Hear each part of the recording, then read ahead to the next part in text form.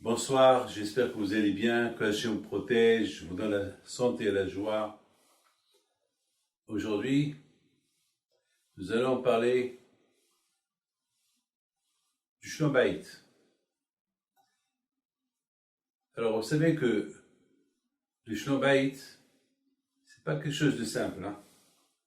Et ne croyez pas que le Shalom Bayit, c'est quelque chose de très simple dans la vie. Mais nous allons essayer de comprendre un peu plus comment Be'ezrat Hashem arriver à avoir, au moins dans la vie, un peu de Shalom Bayit. Il faut savoir, mes amis, que la plupart des divorces aujourd'hui, malheureusement, c'est à cause de l'habitude. Vous savez, imaginez-vous un couple qui vont se rencontrer. Un chidour, chez la famille, chez des amis. Et bien sûr, c'est ce qu'on appelle le coup de foudre. Mais c'est un coup de foudre, mais ça peut être vraiment un vrai coup de foudre. Alors il faut pas croire que un coup de foudre, c'est ça le mazal. Le coup de foudre, ça peut être bien, ça peut être pas bien. Mais à culpa mes amis, mais c'est quoi le coup de foudre? Mais bien sûr, un coup de foudre, ça veut dire que soudainement il l'a vu, elle l'a vu, déjà il rêve le mariage. Mais ça va durer un peu de temps, le laps de temps chacun va découvrir la personne avec qui elle va se marier, et à un moment donné, ils vont s'habituer. Ils vont commencer à préparer le mariage. Il y a dos et débat. Parfois, on n'arrive pas, vous savez, pendant cette année de confinement, vous savez combien de mariages ont été annulés? Vous savez combien de... Alors ne me dites pas que si c'était du mazal, que ces mariages vont être annulés. Ça veut dire que ce n'était pas du mazal. Quand je leur a évité le mariage pour ne pas qu'ils arrivent au divorce. Parce que c'est pas possible. C'est pas possible, parce que si c'était du vrai mariage, avec ce Covid-là, ils vont attendre la patience. Ils vont attendre le laps de temps qu'il faut attendre. Moi, je connais des gens, Baruch Hashem, qui attendent depuis 1 an. Ils veulent vraiment faire un grand mariage, alors ils attendent. Ils attendent. À un moment donné, ils voient que c'est impossible d'attendre. Donc, ils ont décidé de faire un mariage avec 60 personnes.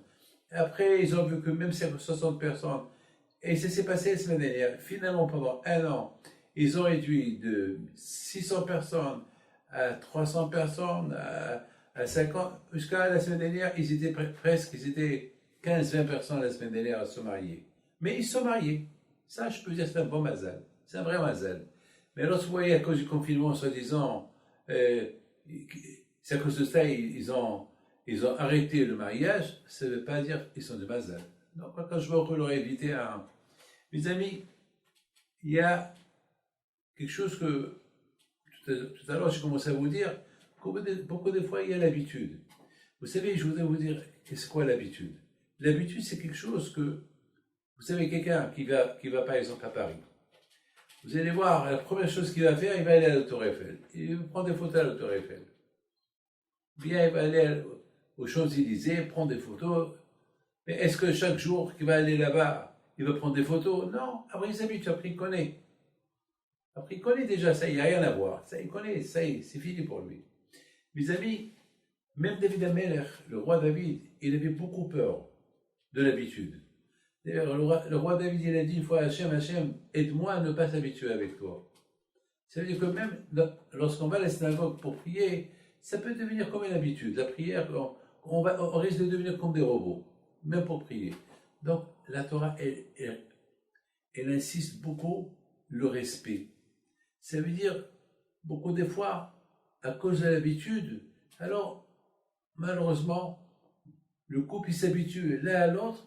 Après, l'habitude, elle fait que ça est déjà, chacun s'énerve sur l'autre. On dirait qu'il le connaît depuis des années. Non, vous savez, la semaine dernière, j'ai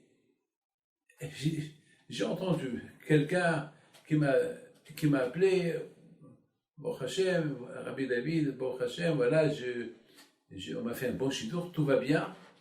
Vous savez, après une semaine, il m'appelle, il me dit on s'est disputé. Quand une semaine, après une semaine, tu t'es disputé, alors tu t'es même pas donné le temps. Non, elle a manqué de respect à ma mère. Oh là là, ça commence déjà. Déjà, ça commence. La belle-mère, elle commence déjà. Je dis, attends, mais après une semaine, ça fait une semaine. Malheureusement, beaucoup de fois, en une semaine, les gens, ils arrivent à faire des bêtises, ce que vous ne pouvez pas imaginer.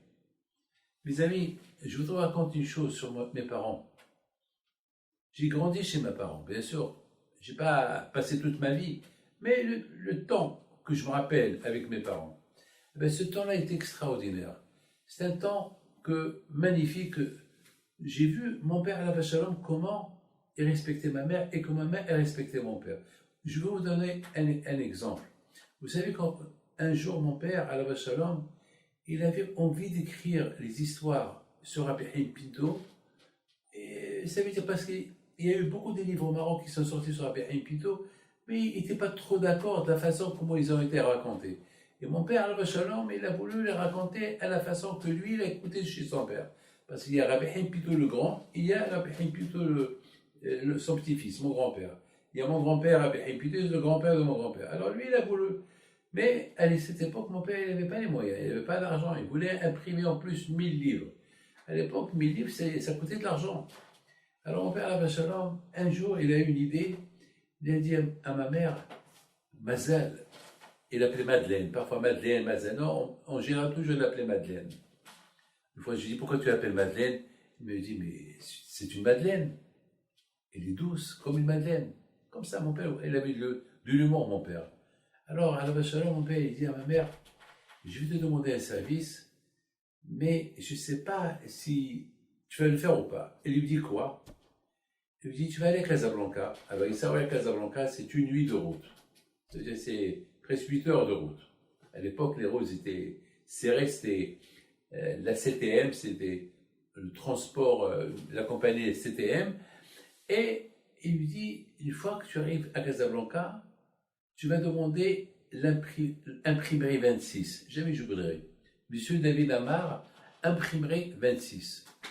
Et là-bas, tu vas voir, tu vas aller chez lui, tu lui dis, voilà, je suis ton mari et je veux imprimer ce livre. Il va te dire combien ça coûte et arrange-toi avec lui. Alors, maman, elle lui dit, et l'argent? Il dit, l'argent? Alors voilà, je t'ai donné un peu d'argent en plus, tu vas m'acheter la loterie. Mais une loterie, cherche une loterie que ça se termine avec le chiffre 26. Mon père, il était amoureux du chiffre 26. Il adorait le chiffre 26. On sait que le chiffre 26, c'est le chiffre de Dieu, d'Hachem. Alors il y a beaucoup de gens qui vont au casino, ils jouent toujours le 26, ils perdent. Alors beaucoup me disent, mais Rabbi David, pourquoi on joue au casino le chiffre 26? Il dit, tu crois que tu vas gagner sur le dos du bon Dieu? Non. Et déjà, le bon Dieu va t'écouter prier. Utilise son nom, 26, en priant, pour des bonnes causes, quoi, pour le casino. Ouais. Elles sont un peu intelligentes. Mon père, Alav Shalom, il a dit à ma mère, chiffre, elle lui dit, et si je ne trouve pas? Et mon père, il a dit, non, c'est pas possible, tu vas trouver. Tu vas trouver. Ma mère, elle écoute, elle exécute. Vous savez, c'est pas facile d'exécuter un ordre comme ça. Mais ça veut dire que c'est pas possible. Attends, je vais aller à Casablanca, je vais acheter la loterie, je vais marchander. Bon, elle a fait ce qu'elle a fait. Elle arrive à Casablanca, elle prend un petit taxi, les petits taxis qui est à Casablanca. Elle va elle s'est renseignée, c'est où l'imprimerie 26. Ils lui ont dit où, parce qu'à l'époque, il y avait plein de juifs. Il y avait au moins 200 000 juifs à Casablanca. Donc, les uns connaissaient les autres. Alors, les juifs, on les voyait partout. Donc, elle arrive chez David Amar, Alav Shalom. Et voilà David Amar. Et lui, oui, madame, je suis la femme de Rabbi Moshe Pinto. Ah, Rabbi Moshe Pinto, le fils de Rabbi Haim Pinto, c'est votre mari. Et toujours, il ne sort pas de la maison. Non. Alors, qu'est-ce que je peux faire pour vous, madame? Voilà, il m'a donné ce livre-là. C'est des papiers. Alors, vous savez qu'à l'époque, il n'y avait pas les ordinateurs. Il y avait l'imprimerie, c'était manuel. On prenait des lettres A, B, des lettres, on les plaçait. C'est l'imprimerie de l'époque. Bon, donc il voit le paquet de livres, il dit, pour moi, ça, il va avoir peut-être 150 pages double face. Je pense que ça va coûter à peu près, à l'époque, disons, $3000. Admettons, $3000 de l'époque. Et ma mère, lorsqu'elle a écouté le chiffre, elle a dit $3000. Ouais, ça coûte $3000. Et ma mère dit, bon, alors je vous laisse le livre et je viendrai cette semaine vous payer. Mon mari veut que je vous paye tout. Alors, il lui dit, mais laisse, il faut me laisser maintenant un acompte. Il lui dit, j'ai pas d'argent. Alors, comme tu vas payer les $3000, eh ben, elle était naïve. Elle lui dit, eh ben, je vais aller acheter la loterie. Mon mari m'a dit que j'achète la loterie. Il a éclaté de rire. Il a dit, la loterie, toi, tu vas acheter la loterie, tu crois que tu vas gagner la loterie, et $3000, ben, comme ça, il m'a dit mon mari. Et si mon mari il me l'a dit, c'est que ça va se faire. Il lui dit, Madame Pinto, si tu gagnes les $3000, je te donne un pourcentage pour toi. Voilà, je vais t'enlever, je ne peux pas vous mentir, je t'enlève une somme d'argent et je te donne. Ma mère était contente, parce qu'une somme pareille, c'est bizarre pour elle. Donc, elle est partie au marché, elle cherche les kiosques, elle cherche les loteries, et elle trouve une loterie qui termine avec 26, numéro 26. Bon. Après, elle voit encore, il y a plein, 26, ça se termine avec d'autres numéros. Elle a dit, écoute, mon mari, il a dit 26, 26. Maintenant, elle aurait pu acheter 2, elle aurait pu acheter 3. Elle m'a dit 26, et après, un au hasard, mercredi soir, ça a joué, et elle a gagné $3000. Elle va le lendemain, comme si rien s'est passé. Comme c'était normal, elle va chez M. David Amar. Dès qu'il la voit, il lui dit, alors, hier soir, la loterie a joué. Tu as gagné ou tu as perdu? Ou tu veux le livre de ton mari? Non, je vous ai apporté l'argent. Et après, il lui montre la facture. Voilà le reçu de, voilà, la loterie nationale marocaine. Il est devenu, à dire, bémouché. L'aïmouna qu'il a. Mes amis, bien sûr, il a fait le livre, il lui a donné une bonne somme d'argent, mais pourquoi je raconte cette histoire? Parce qu'à notre époque, c'est dur qu'une femme va accepter les paroles de son mari comme ça. Par exemple, un jour, le mari n'a pas d'argent, et voilà, il va dire à sa femme, va acheter la loterie pour acheter une maison. Une fois, c'est dur, c'est les mona. Il y a beaucoup de fois, plein de fois, je donne la parole d'honneur, plein de fois, j'ai vécu à la maison, j'ai pas vu mon père et ma mère se disputer. C'était tellement qu'il y avait l'entente entre eux, alors tout allait bien. Ça veut dire que tout le problème entre un couple, c'est savoir donner, chacun doit donner les compliments à l'autre. C'est tout. Il faut que la femme, elle comprend que le mari travaille. Le soir, il vient fatigué. C'est vrai, la femme, elle va croire, ouais, mon mari, toute la journée, avec ses copains, café, oui, mais il a des soucis aussi. Il y a des soucis de par à ça. C'est vrai, parce que Hachem, il te gâte, tu as tout ce que tu veux, alors tu crois que ton mari se promène, non, il travaille. La femme aussi, l'homme aussi, lorsqu'il vient à la maison, il croit que sa femme, elle n'a rien à faire. Qui te dit qu'elle n'a rien à faire? Parce qu'il la voit assise en train de parler avec sa mère, il croit à c'est toute la journée, il va commencer à se disputer avec elle. Non, peut-être elle vient de commencer à se reposer. Juge-la bien.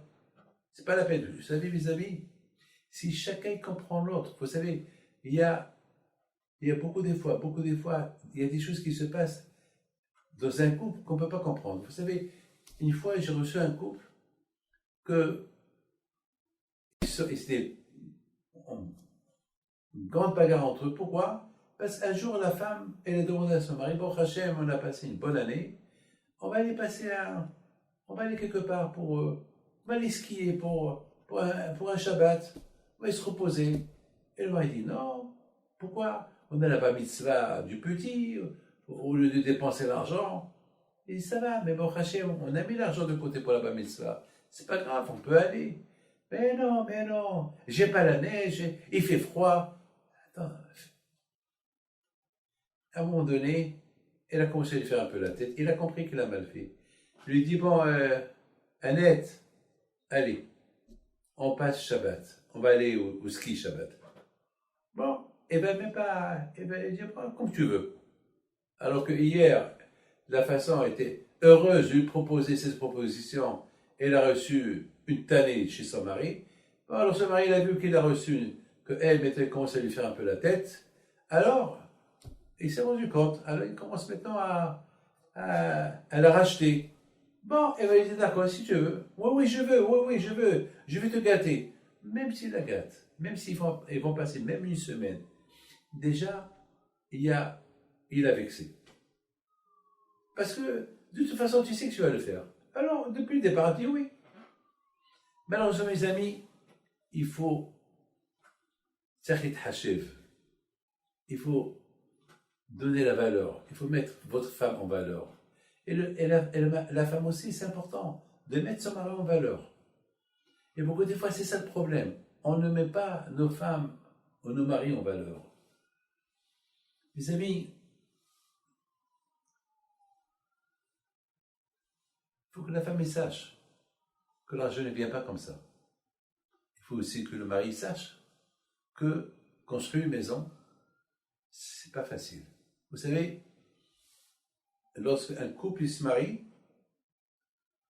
tout le monde est heureux, tout le monde est content. Le hatan, il regarde sa femme, et la femme, sa future femme, et se regarde. Et voilà, ça c'est que le début. Et c'est le début. Après, bien sûr, après il y a le mariage, il y a la fête, il y a Sheva Brachot, il y a Baruch Hashem, ils sont invités à gauche, à droite, il y a pas mal de riches qui sont là, des belles enveloppes, après ils vont compter les enveloppes. Très bien, super. Mais tout de suite, après la choupa, on prend le verre et on va lui dire, Hatan, tu casses le verre. Voilà, tu casses le verre.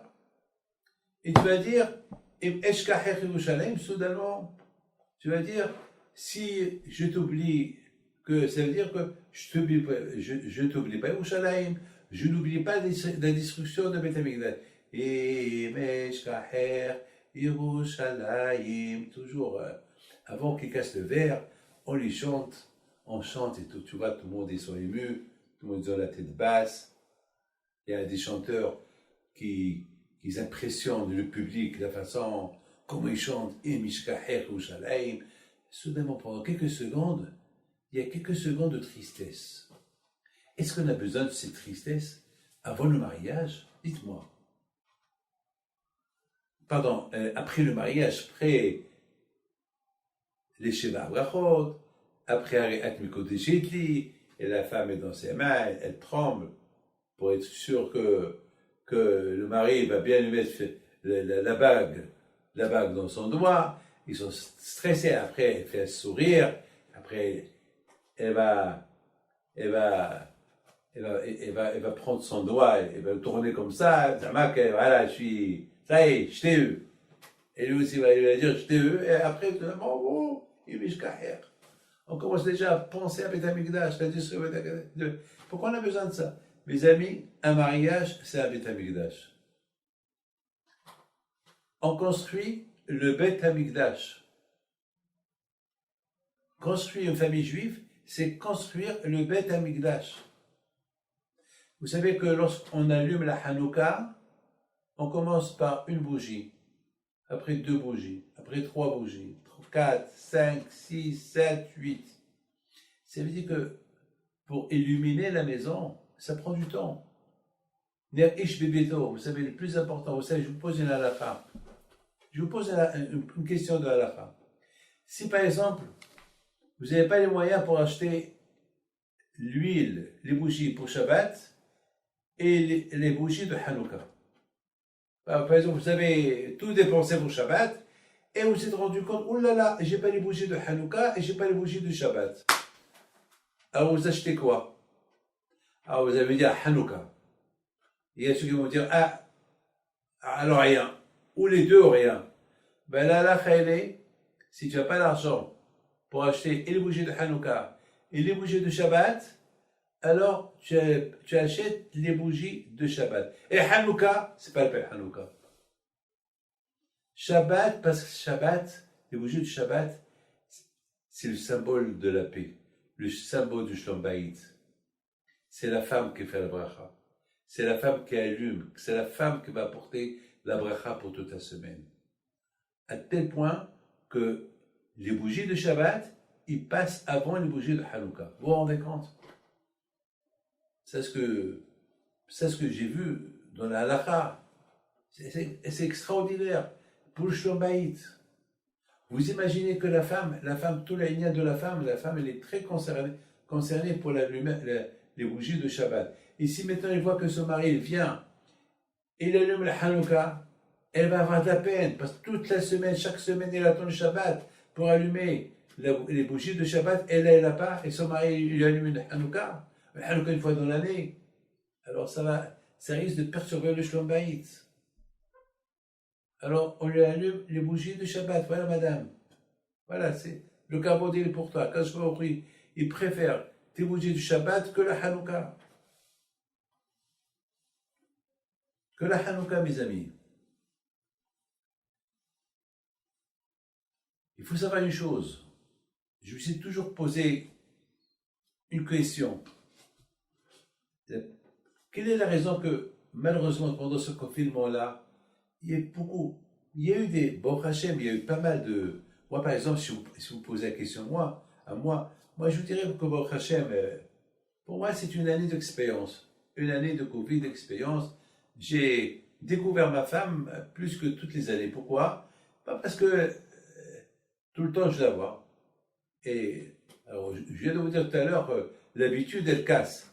Non, chaque jour j'apprends des choses.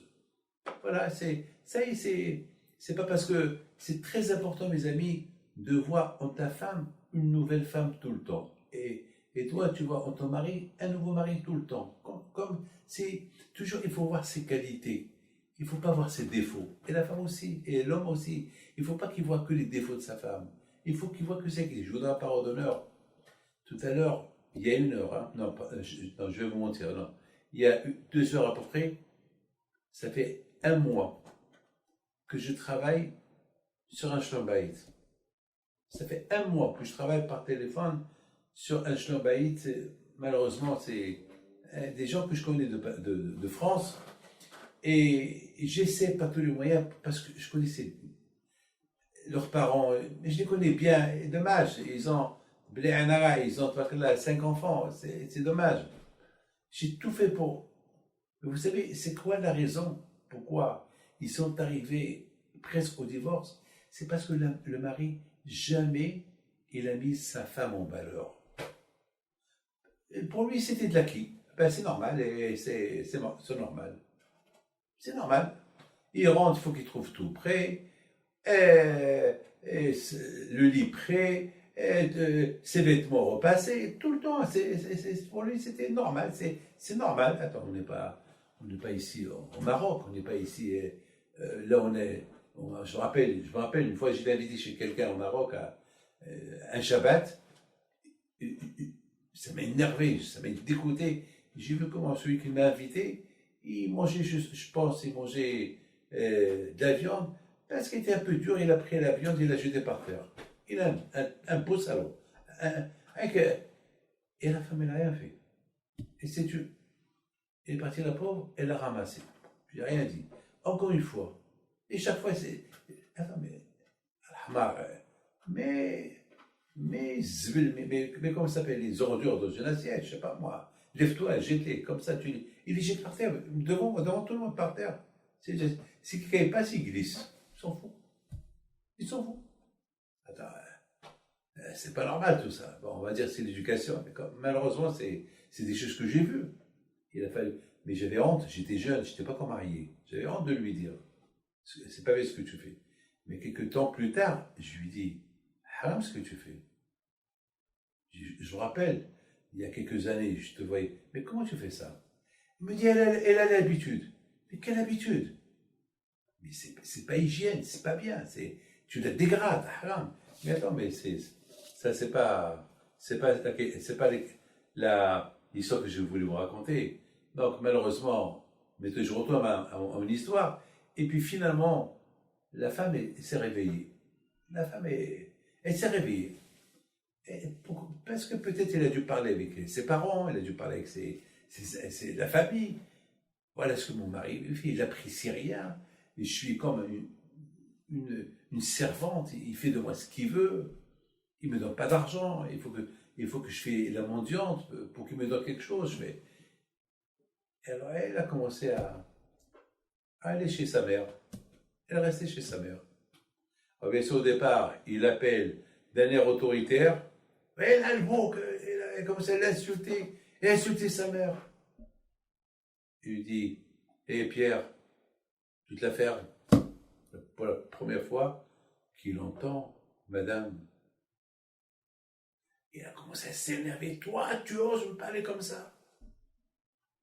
J'arrive, je viens, je te prends de force. Il arrive. Elle était debout, comme une glace. Il dit, qu'est-ce que tu veux? Hé Pierrot, qu'est-ce que tu veux? C'est fini. Je te divorce. Au départ, il a mal pris. Il a claqué la porte, il est parti. 1 jour, 2 jours, 3 jours. Et après, comme un toutou, il a commencé à réfléchir. En même temps, pour les ramener ensemble, c'était pas facile. C'est dur. Parce qu'elle avait ras-le-bol, je la comprends. Je la comprends. Alors là, quelques rabbins, ils ont essayé d'intervenir, ils n'ont pas réussi.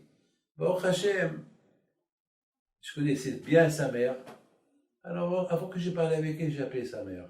Et sa mère, elle adorait Rabbi Haim Pinto. Je dis, madame, si Rabbi Haim Pinto il serait venu chez toi, tu vas le refuser? Ah, je suis seul homme, jamais de la vie. Alors, je suis son petit-fils. Voilà, tu peux pas, tu sais, en plus, je ressemble un peu, physiquement. Alors, je ne suis pas lui, mais j'ai un peu de physique sur mon visage. Alors, mais Rabbi David, mais vous savez ce qu'il lui fait? Et elle commence à, madame, je connais tout. Vous êtes la seule à sauver le couple. Il a regretté, il veut faire teshuva. Baruch Hashem, ils ont fait, Baruch Hashem. J'ai réussi aujourd'hui, j'ai réussi à les calmer. J'ai réussi à les calmer. Déjà maintenant, Be'ezat Hashem, ils vont se rencontrer dans 3-4 jours. J'ai laissé un peu de réflexion pour qu'ils oublient un peu. Tout cela pourquoi? L'habitude. L'habitude. Ou bien, peut-être il n'a pas fait une thérapie, peut-être on ne lui a pas enseigné comment agir avec une femme, et la femme aussi. Aujourd'hui, mes amis, le mariage, avant qu'on se marie, aujourd'hui, il faut prendre des cours. Parce que le mariage aujourd'hui, ce n'est pas les mariages d'avant. Les mariages d'avant, c'était les parents qui donnaient les cours à leur enfant. L'enfant, il imitait son père et sa mère. Aujourd'hui, la vie, elle est plus comme avant. La vie, elle a changé. La mode, les vêtements, les magasins, la technologie, tout a... Vous savez, mes amis, vous savez, je reçois des milliers de personnes par an.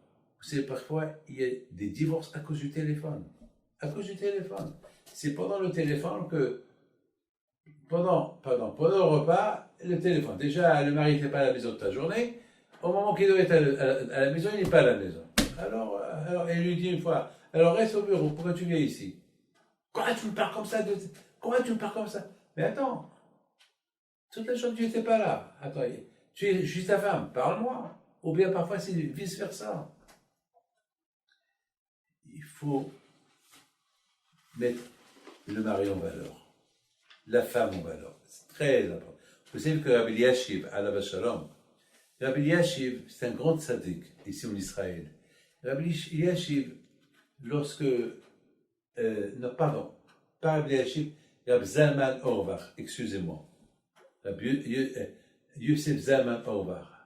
Lorsque sa femme est décédée, lorsqu'ils l'ont pris, Avant qu'il l'enterre, vous savez que les Ashkenazim, ils demandent pardon.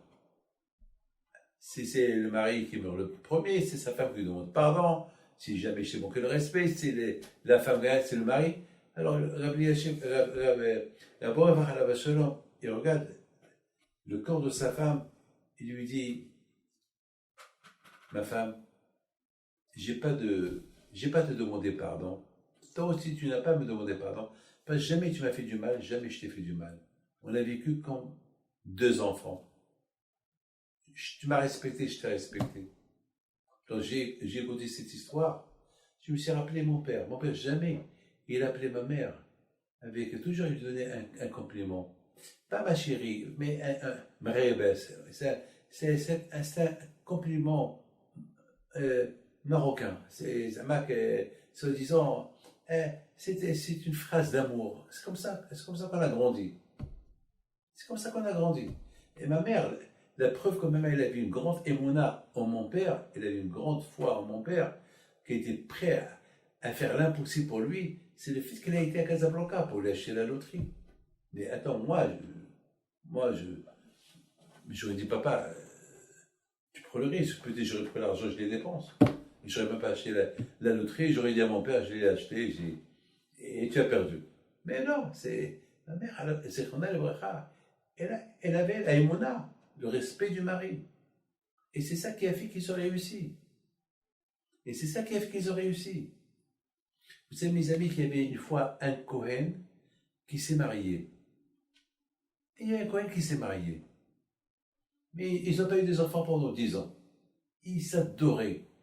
Et à un moment donné, sa femme lui dit, mon mari, on ne peut plus rester ensemble. Ça vient de moi. Moi, je ne peux pas donner des enfants. Tu es jeune encore, tu as 32 ans, tu peux te refaire ta vie. Et au départ, elle a dit non, et à la fin, ils ont divorcé. Un mois plus tard, elle l'appelle. Hé, je suis enceinte de toi. Et il lui a dit quoi? Je suis enceinte de toi. Il a commencé à pleurer. Mais attends, le pauvre c'est un Cohen. Et un Cohen ne peut pas remarier sa femme. Donc il avait de la peine, il ne savait pas quoi faire. Il est parti chez Rabbi Yashiv, il est parti chez tous les grands rabbins d'Israël. Trouvez-moi une solution. J'aime ma femme, elle est enceinte de moi. Je l'ai divorcée pour ne pas. Parce que. Elle croyait qu'elle ne pouvait pas tomber enceinte. Et voilà, mais la Shamaïm, il a fallu que je la divorce pour qu'elle tombe enceinte. À quoi ça me sert? Je suis divorcé avec elle. Tu es un Cohen, tu ne peux rien faire. Too bad. On ne peut rien faire pour toi. Alors, Rabbi Yashiv, à Shalom, il dit à ce monsieur Cohen, tu sais quoi? Va au kotel, prie au kotel, va prier, crier. Va vers 2 heures du matin, personne là-bas crie. C'est ce qu'il a fait, il a dit, de toute façon, c'est fini pour moi, je vais aller. Il va au kotel, il pousse des cris, il pleure. Et à la fin, il sent quelqu'un qui tape à son dos, derrière son dos. Maïshlecha, qu'est-ce que tu as? Pourquoi tu cries? On dirait que, attends, je sais, tu fais ce que tu veux, mais est-ce quelque chose que je peux t'aider? Je peux t'aider. Ah, tu peux pas m'aider, personne ne peut m'aider. Même le bon Dieu ne peut pas m'aider. Pourquoi tu es venu? Ben, je ne sais pas, on m'a dit de venir. Qu'est-ce qu'il y a? Mais pas, peut-être je peux t'aider. Voilà, j'étais marié je suis Cohen, j'étais marié à cause des enfants, j'ai divorcé. Dès que j'ai divorcé, elle m'annonce qu'elle est enceinte et je ne peux pas la reprendre. Ah, là, je ne peux pas t'aider. Là, elle continue à crier. Crie jusqu'à que tu crèves, hein, crie. Et là, je ne peux pas t'aider. Après, il lui dit, dis-moi, va chez tes parents. Il n'y a que tes parents qui peuvent te consoler. Personne ne peut te consoler. Il dit, bon, ma mère, elle est décédée, la pauvre, et mon père, il est tout seul. Il dit, va chez lui. Mais le pauvre, il est à l'hôpital. Déjà, il est malade, je l'ajoute encore. C'est pas grave, il n'y a pas comme les parents. Il n'y a pas comme le père, il n'y a pas comme la mère. Va chez eux, parle, soulage-toi. Il dit, peut-être t'as raison. Il va à l'hôpital. On lui dit, ne dérange pas ton père, il dort, le pauvre. Il a dit, il faut que je le voie. suis pas bien. Je vous en prie, laissez-moi le voir. C'est important pour moi, je vous en prie.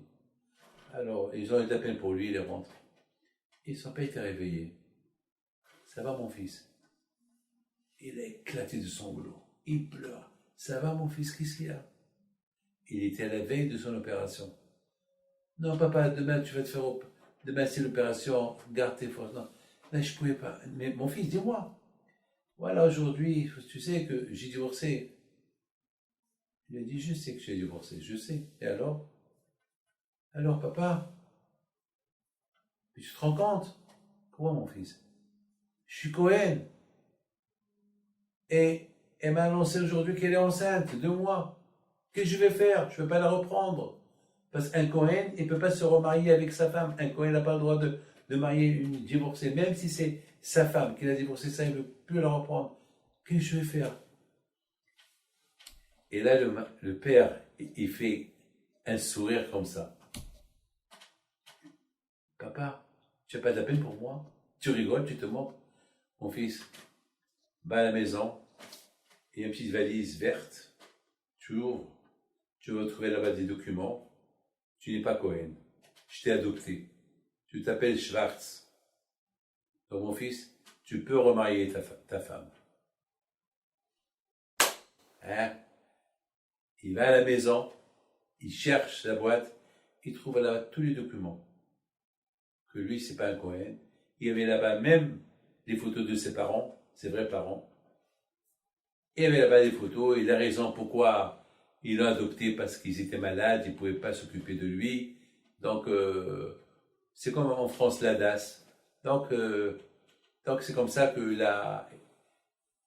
Il dit, papa, mais pourquoi tu ne me l'as pas dit? Il dit, mon fils, je t'ai préparé la valise, je t'ai préparé le testament, il y a tout là-bas. J'ai pas su que je ne savais pas que tu as divorcé parce que tu n'avais pas des enfants. Je ne savais pas tout ça. Tu m'as dit, je veux divorcer ma femme, alors je respecte. Tu ne m'as pas dit, je t'aurais dit. Ah, maintenant, moi, je vous pose une question. Mais pourquoi le bon Dieu l'a porté et l'a amené ce monsieur-là dans cette situation? Je vous pose cette question à vous qui m'écoutez. Quelle est la raison pourquoi Hachem, il a mis ce monsieur dans cette situation, le pauvre? Quelle est la raison? Quelle est la raison? Quelle est la raison? Pour souffrir comme ça, quelle est la raison? Pourquoi Hachem, il a fait que le pauvre, ce monsieur-là, il dit, vous savez c'est quoi la raison? Hachem, il a voulu nous montrer, il ne faut pas faire vite. Il ne faut pas accélérer le divorce tout de suite. Ta femme t'a dit, alors divorce-moi parce que je ne peux pas donner des enfants. Il ne fallait pas faire vite. Aujourd'hui, malheureusement, il y a beaucoup de divorces qui se font vite, vite. Des décisions mal prises. Vite, vite. Mes amis, vous connaissez la première femme qui s'est mariée? C'est qui? C'est Hava. Vous savez comment on appelle Hava? Lechol Hay, la mère de tout le monde. Je vous pose une question. Pourquoi on l'appelle la mère de tout le monde? Pourquoi on l'appelle la mère de tout le monde? Quelle est la raison? Lechol Hay. Hava, c'est-à-dire du verbe Lechol Hay. Je ne vais pas rentrer dans les détails, le Zera Shimshon, il y a beaucoup d'explications sur ça, mais quelle est la raison pourquoi on l'appelle la mère de tout le monde? Mes amis, la mère de tous les vivants. Lechol Hay, la mère de tous les vivants. Pourquoi on l'appelle la mère de tous les vivants? Eh bien, vous savez pourquoi? C'est parce que Adam Arishon, écoutez bien ce que je vous dis. Même que Hava, elle a poussé, il paraît qu'elle a frappé lorsqu'elle a mangé l'arbre interdit. Elle savait qu'elle allait mourir. Elle dit à Adam, tu manges avec moi. Non, je ne veux pas manger avec toi. Non, Dieu a dit qu'il ne faut pas manger. Ah bon? Tu ne veux pas manger avec moi? Comme ça, le bon Dieu va me tuer, et toi, il va t'apporter une autre femme. Elle a pris le bâton, elle a commencé à crier. Pour le Shlom Bayit, il a mangé de l'arbre interdit. On a vu rapporter que Hachem, il n'a pas puni Adam. Pourquoi? Parce qu'il a fait ça pour le Shlom Bayit, pour la paix. Il savait qu'il allait mourir un jour, mais pour le moment, il a mangé pour la paix. Il ne voulait pas la divorcer. Et il ne voulait pas qu'elle meure. Aime le Khorhaï, la mère de tous les vivants, ça veut dire, tant que je suis marié, je serai toujours la femme et la mère de tous ceux qui vivent avec moi à la maison. C'est ça, aime le Khorhaï. C'est écrit dans la Torah, Hava, il s'appelle la mère de tous les vivants. Ça veut dire que les vivants d'où? De la maison, le mari, les enfants, sa mère, tous ceux qui habitent avec elle, c'est la mère de tous les vivants. C'est ça, mes amis. Aime le Khorhaï. Oui, mes amis.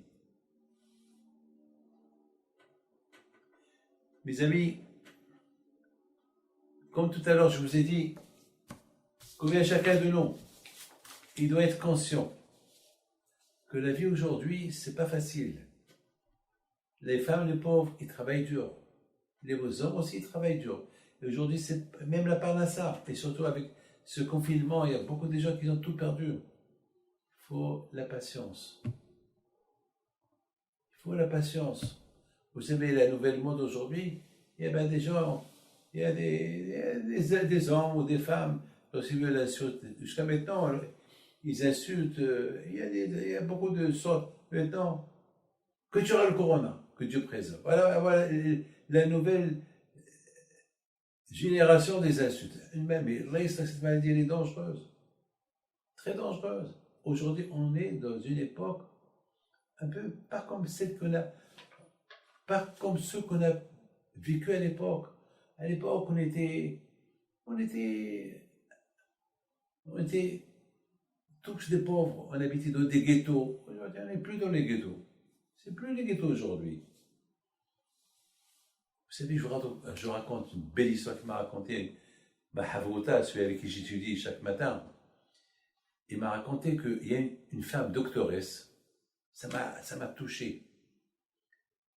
Et malheureusement, son mari, il est tombé malade après le mariage. Il est tombé malade. Il a eu des crises graves d'épilepsie. Un jour, il est tombé sur la tête. Il a perdu du sang. Et jusqu'à que l'ambulance est venue, il a perdu beaucoup de sang. Il avait une hémorragie interne. Et le pauvre, il était comme un tsemah. Il était un légume, le pauvre. Vous imaginez une jeune fille de 22 ans, Mskina, un mari, légume.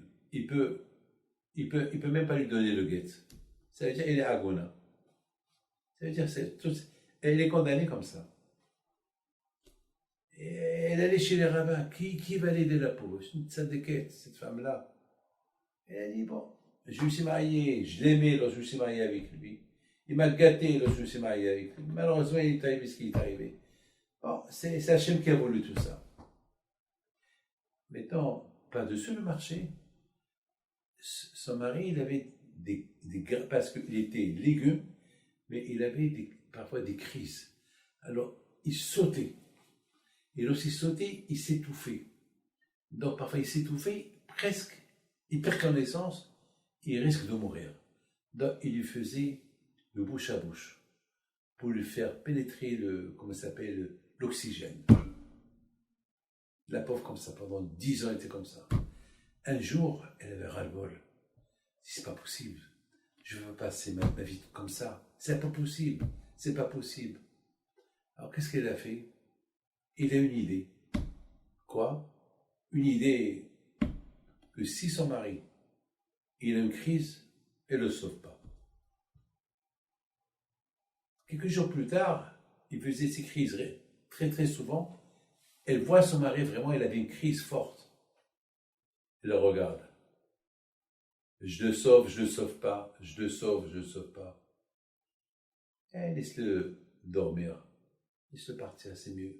Lui, il va trouver sa paix, et moi, je vais trouver ma paix. À un moment donné, elle voyait que son mari, il arrivait au bout. Ça veut dire mourir. Elle a dit, c'est pas possible. Et s'est jetée sur lui, et l'a ressuscité.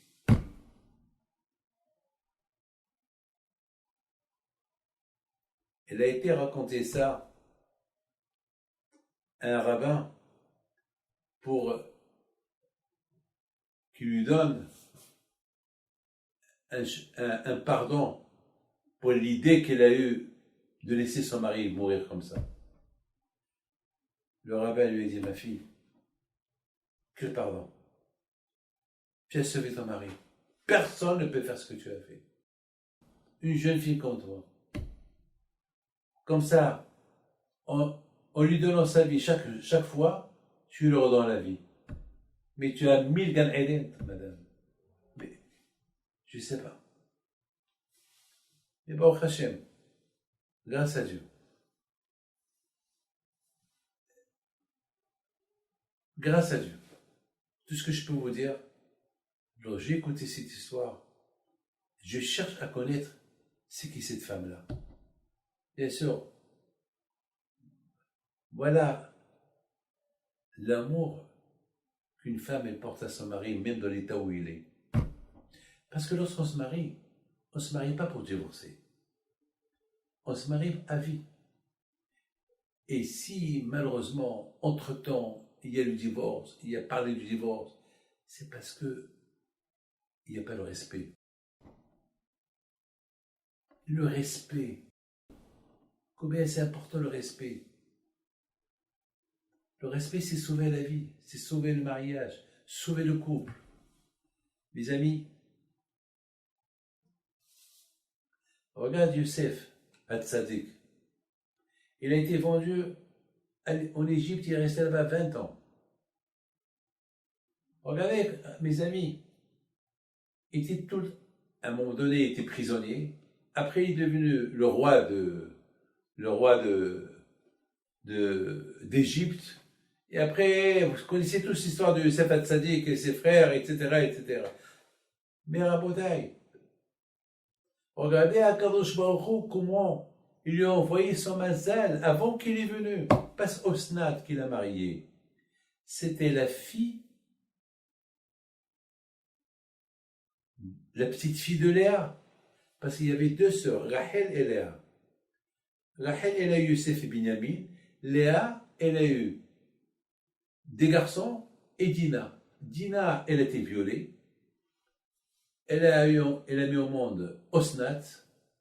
Les frères de Dina, ils n'ont pas voulu la garder. Ils ont voulu la donner à quelqu'un qui l'adopte. Mais Hachem, il avait déjà des solutions pour cette fille-là. Parce qu'Hachem, il savait qu'un jour, Youssef, il va être roi d'Égypte. Il va être en Égypte. Avec qui va se marier Youssef? Avec une Égyptienne. Avec qui va se marier? Avec qui va se marier? Alors Hachem, il a mis dans la tête de Yaakov Avinu et de ses enfants de lui créer un camilla, une bracha. Et là où Hachem veut qu'elle va, elle va. C'est-à-dire que Yaakov Avinu, il a compté sur Hachem que cette petite fille-là, son arrière-petite-fille, qui la protège. C'est la bracha. Il y a un ange qui est venu, il a pris Osnat, il a pris en Égypte, il l'a mis là-bas dans une maison de Potiphar. Le matin, on se réveille, on trouve une petite fille avec un caméllia. Ils ont compris que cette fille-là, ils ne savent pas d'où elle vient. La maison est fermée, d'où elle vient, ils ne savent pas. Donc ils l'ont respectée. Ils l'ont respectée. Elle a grandi là-bas. Entre-temps, Youssef a été vendu. Il était l'esclave de Potiphar. Il voyait sa nièce, Osnat. Lui, il ne savait pas qui il était. Et elle ne savait pas qui il est. Et lorsque Youssef est devenu ce qu'il est devenu, alors Potiphar, il lui dit, tu sais, j'ai une fille que j'ai élevée, que je ne connais pas qui c'est cette fille. Tout ce que je sais, elle avait un stèle sur elle. Tu peux voir c'est qui. Parce que personne n'a réussi à m'expliquer ce qui s'est passé. Et qui s'est écrit là-bas, Youssef qui parlait l'hébreu, c'est écrit, c'est la fille, c'est Osnat, la fille de Dina, petite fille de Yaakov Abinu. Celui qui trouve, celui qui veut savoir son identité, la voilà. Dès que Youssef il a vu ça, il a dit Potiphar, c'est ma nièce. Ils se sont mariés. Elle a mis au monde Ephraim et Ménaché. Mes amis, si ça ne vous dérange pas, une petite histoire que j'adore. Vous savez, si vous avez ici en Israël, il y a une très grande communauté des Éthiopiens qui sont extraordinaires, qui sont venus en Israël d'Éthiopie avec une culture extraordinaire avec eux. Mais écoutez cette belle histoire que j'ai lue. Il y avait malheureusement une femme qui était très méchante en Éthiopie. Ça, c'est un rabbin qui la raconte. Hein. C'est un rabbin éthiopien qui la raconte. Elle était très dure avec son mari. Jamais le pauvre il a eu une journée bien. Alors, un jour, il s'est sauvé. Il s'est sauvé. Elle dit, je ne peux plus rester. Vous savez, qu'elle reste. Je ne donne même pas le guet. Je vais faire payer tout ce qu'elle m'a fait. Il se sauve. Entre-temps, la femme, elle regrette. Là, elle a commencé à regretter amèrement tout ce qu'elle a fait à son mari. Alors, un jour, elle a décidé d'aller voir le rabbin. Le rabbin, le hacham. Elle lui raconte toute l'histoire. Je regrette. Je suis prête à faire n'importe quoi pour récupérer mon mari.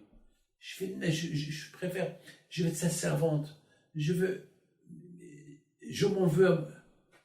Alors, le rabbin lui dit, tu sais quoi, ma fille, je vais te demander à faire quelque chose, mais ça va être très, très, très dur de le faire. Il lui dit, ce que tu me demandes de faire, je le fais. Et dis-moi quoi. Mais tu sais, si tu m'apportes les trois moustaches du lion. Vous savez le lion, le roi lion, il a des moustaches. 3. Mais c'est impossible. Et qui va porter? Mais celui qui approche le lion, il le tue. Vous savez, en Éthiopie, il y a des lions. Comment je vais faire? Il y a que ça. Tu me les apportes, on verra. Bon. Elle rentre chez elle, elle réfléchit, elle voulait son mari à tout prix. Comment je vais faire? Mais dès que je le vois, elle va me tuer. Elle a une idée. Elle a acheté un mouton. Elle a coupé. Elle va au désert. Et elle sait où il y a les lions. Et bien sûr, elle met sa vie en danger. Et s'est dit, je m'en fous. Ou je meurs pas.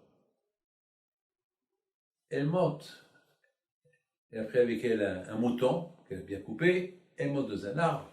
Vous savez que les lions, ils sentent de la viande. Voilà, il y a un lion qui arrive.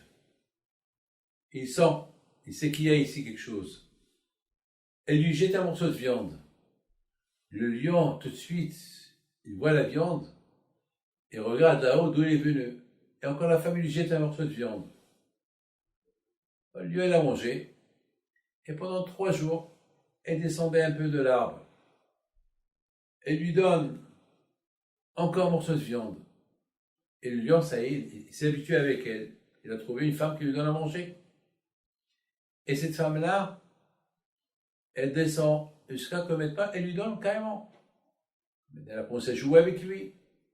Elle a commencé à caresser le lion. Et le lion, ça y est, il dormait à côté d'elle.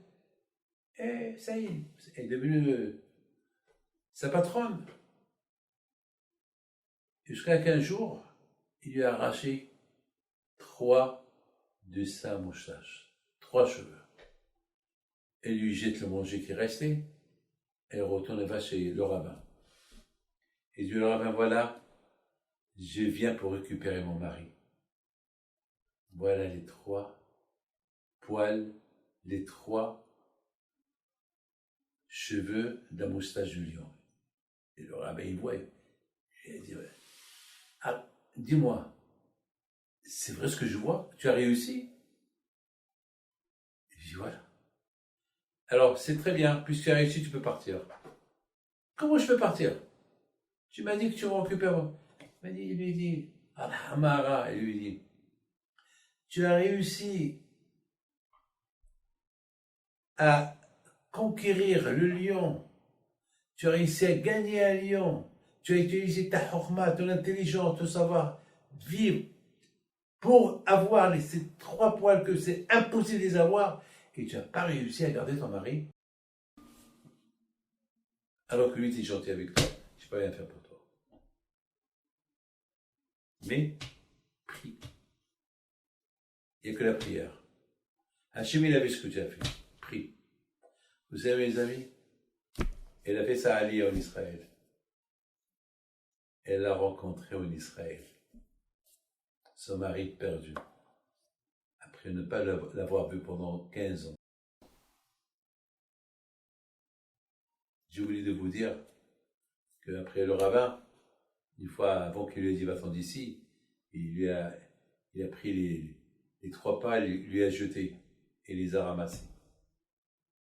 Il lui a dit regarde, mon mari, j'ai risqué ma vie pour toi. Voilà ce que j'ai fait. Elle lui raconte l'histoire. Ben, ils se sont rencontrés. Bon, Hachem, ils se sont remariés. Pas remariés.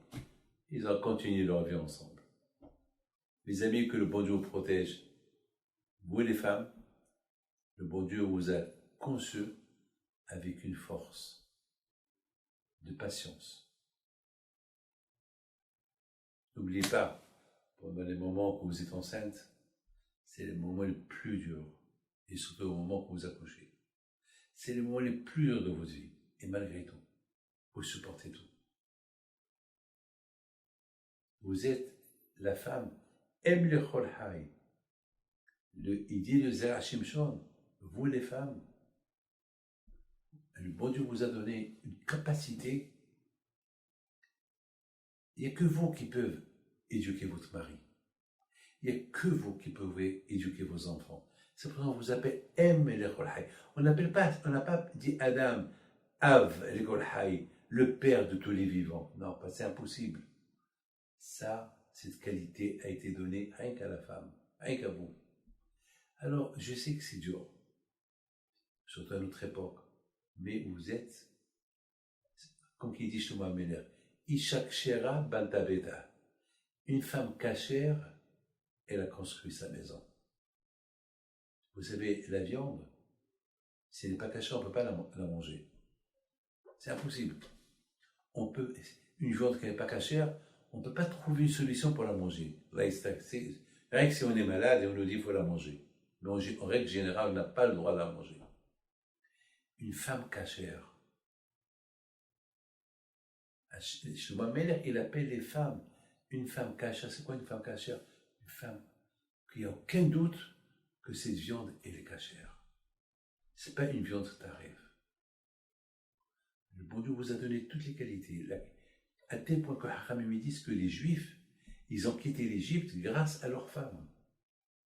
S'il n'y avait pas les femmes, les Juifs, ils seraient tombés dans le piège du désespoir. C'est les femmes qui les ont remontés.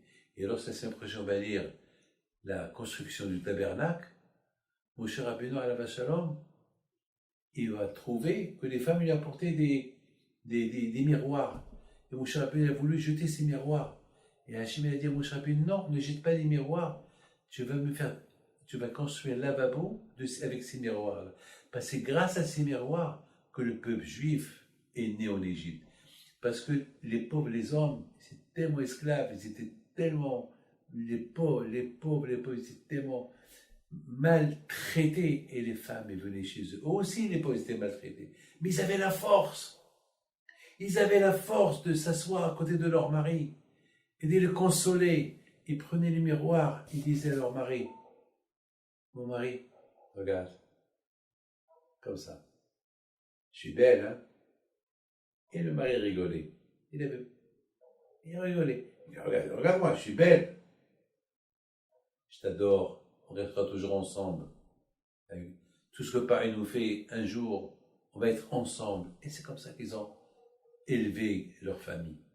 C'est ça, aime les Kholhaï, la mère de tous les vivants. Chaque maison, la maman de la maison, c'est la maman de tous les vivants qui vivent dans la maison. Mes amis, je termine. Lorsqu'on se marie, avec un verre, comme ça on fait. Sabri Maranana, ça c'est du thé. Voilà, comme ça. Sabri Maranana, voilà. Le rabbin commence avec le verre. Oui. Et après, on lui dit au Hatan, après la cérémonie, casse-le. C'est quoi le message? Le message, il est clair. La bracha, elle est lorsque le verre, il y a un fond dans le verre. Tout ce qu'on met dans le verre, il tient. Il y a du contenu. C'est ça la bracha. La bracha pour Hachem, il y a la bracha, il y a tout. Mais lorsqu'on casse le verre, on perd la bracha. Lorsqu'il y a un divorce, la bracha, elle est partie. Et c'est ça le souvenir qu'on se souvient au mariage. Au mariage, on dit au monsieur, hey, tu sais que le temple a été détruit. Tu sais pourquoi il a été détruit? À cause de l'ingratitude entre juifs. Tu veux garder ta femme? Hey monsieur, avant que tu casses le verre, tu veux la garder? Oui, je vais la garder, tu vas la garder. Alors ne casse pas ton mariage. Parce que si tu casses le mariage, c'est comme si tu as détruit le Beth Amikdash. Donc on le rappelle, la destruction de Beth Amikdash. Mes amis, si Dieu veut, la semaine prochaine, il n'y a pas de cours. Chaque jour, il y a un cours. Et ce mercredi soir, si Dieu veut, il y aura le Zoom. Be'ezat Hashem, on va aller les tzadikim du Maroc, quelques tzadikim. Mais entre-temps, ce cours de Torah-là, c'est pour la refoua shelema de mon ami, Mordechai ben Freha Knafo. Je vais lui voir refoua shelema.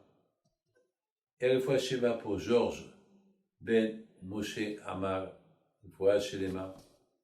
Bien sûr, ce cours de Torah, les Nishmat à la mémoire de Ari Haïm ben Simcha Peretz, alav shalom, Solange Rivka, Bat Phoebe, de la famille Masléa, Zorna Evrecha, Abba Abraham Lasri, Zorna Evrecha, et puis Srota, Bihim Pinto, que le bon Dieu vous protège, et vous donne la santé, la joie, la prospérité, que vous aurez tout ce que vous désirez, Beth Hashem, et qu'il y aura du shalom, la patience, la patience, la patience. Je sais, il y a certaines femmes qui m'écoutent maintenant, mais est-ce qu'il y a une limite à la patience? Il n'y a pas de limite. N'oubliez pas qu'est-ce qu'elle a fait votre maman. Hava, la maman de tous les vivants dans la maison. Même les méchants, ils sont des vivants. Elle était leur mère. Aime le Kholhaï. Aime le Kholhaï. Avec Hashem, qu'on passe très bonne année si Dieu veut, qu'on passe cette corona pour aimer l'approche. Et si Dieu veut, il ne faut pas avoir peur de la comment ça s'appelle, tout le monde m'appelle. Alors je vous le dis, Rabbi David, est-ce qu'on se vaccine? Rabbi David, bien sûr, vous demandez à votre médecin, mais bon, Hachem, il n'y a pas de problème. Il y a beaucoup de femmes enceintes qui ont peur. Demandez à votre médecin. Si vous dit allez-y, allez-y, il ne faut pas avoir peur. Il faut avoir les mona, on vient avec les mona et il ne faut pas avoir peur. Allez, que Hachem vous protège, comptez, pas mercredi prochain, pas lundi prochain, lundi d'après. À bientôt.